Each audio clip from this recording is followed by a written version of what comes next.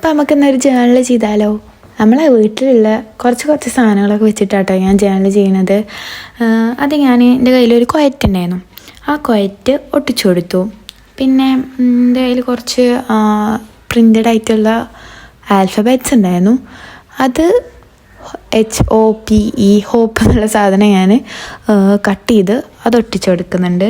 അപ്പോൾ ആദ്യമായിട്ടാണ് ഞാൻ ഒട്ടിച്ചു കൊടുക്കണത്, കാരണം അതിൽ ഗ്ലൂ തേച്ചിട്ടാണ് ഒട്ടിക്കുക. അതുകൊണ്ടാണ് ഇത്ര ഡിലേ ആവണം.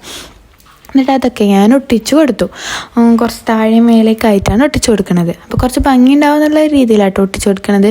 വലിയ അലങ്കോല പണികളൊന്നുമില്ല, ചെറുതായിട്ട് നമ്മളെ കയ്യിലുള്ള സാധനങ്ങളുണ്ടല്ലേ, അപ്പോൾ ചെറുതായിട്ടൊക്കെ ഭംഗിയൊക്കെ ഉണ്ടാവുള്ളൂ. പിന്നെ ഞാൻ ഒരു A4 ഷീറ്റും ഒപ്പം സ്റ്റിക്കി നോട്ടും കൂടി ഒട്ടിച്ചു കൊടുക്കുന്നുണ്ട്. എന്നിട്ട് ഞാൻ ആ A4 ഷീറ്റിൽ മലയാളത്തിലേക്ക് അപ്പം തോന്നിയ കുറച്ച് കാര്യങ്ങൾ എഴുതി വെച്ചു, ഇംഗ്ലീഷിൽ വേർഡ്സ് എഴുതി വെച്ചു. പിന്നെ അത് കഴിഞ്ഞിട്ട് പിന്നെ എൻ്റെ ഒരു ക്യാമറ ഉണ്ടായിരുന്നു, അത് ഞാൻ ഒട്ടിച്ചു കൊടുത്തു. അപ്പോൾ ഇന്നത്തെ വീഡിയോ ഇത്രയേ ഉള്ളൂ. Thank you.